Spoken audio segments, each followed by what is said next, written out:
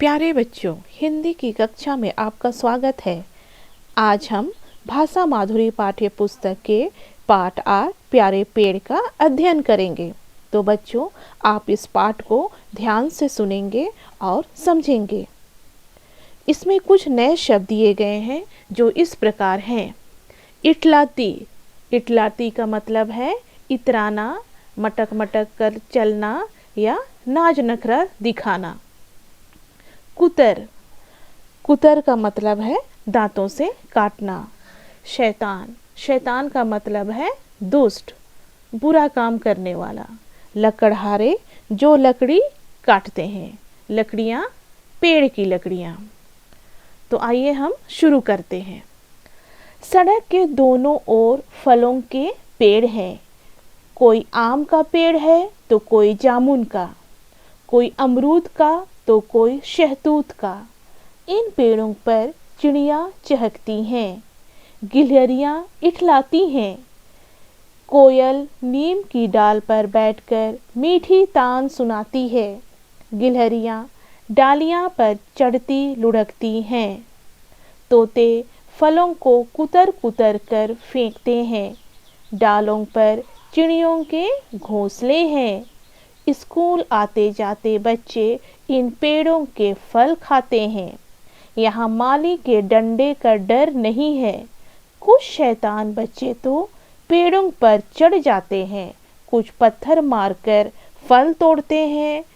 कोई बच्चा बिना धोए ही फल खा लेता है।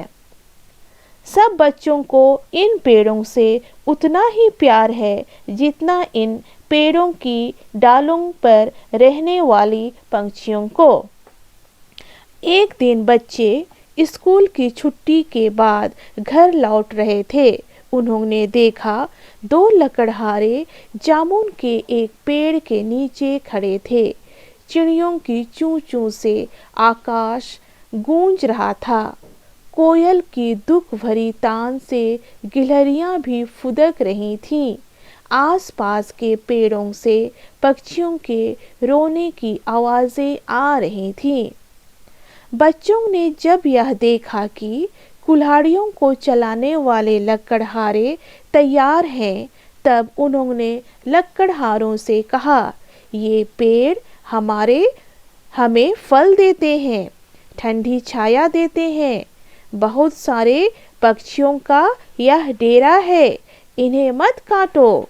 लकड़हारे बोले, हम इन्हें काटेंगे, इनकी लकड़ियां बाजार में बेचेंगे। बच्चों ने उन्हें पेड़ों को काटने के लिए बहुत मना किया। लकड़हारे अड़ गए। बच्चे गुस्से से लाल हो गए। वे जामुन के पेड़ के तने से चिपक गए। बच्चे बोले, इन पेड़ों को काटने से पहले हमें काटो। लकड़हारों की कुल्हाड़ियाँ नीचे झुक गईं। बच्चे बोले, हम जान देकर भी इन पेड़ों को बचाएंगे। लकड़हारे चुपचाप चल पड़े। उनके जाते ही कोयल मीठी तान सुनाने लगी, गिलहरियाँ फुदकने लगी, चिड़ियाँ चहकने लगी। तो बच्चों, इस पाठ से हमें यह सीख मिलती है कि हमें पेड़ों की रक्षा करनी चाहिए। पेड़ हमें फल देते हैं, छाया देते हैं और बहुत सारी उपयोगी की वस्तुएं हमें पेड़ों से मिलती हैं। तो हम सबका कर्तव्य है कि हमें पेड़ों की रक्षा करनी चाहिए। धन्यवाद।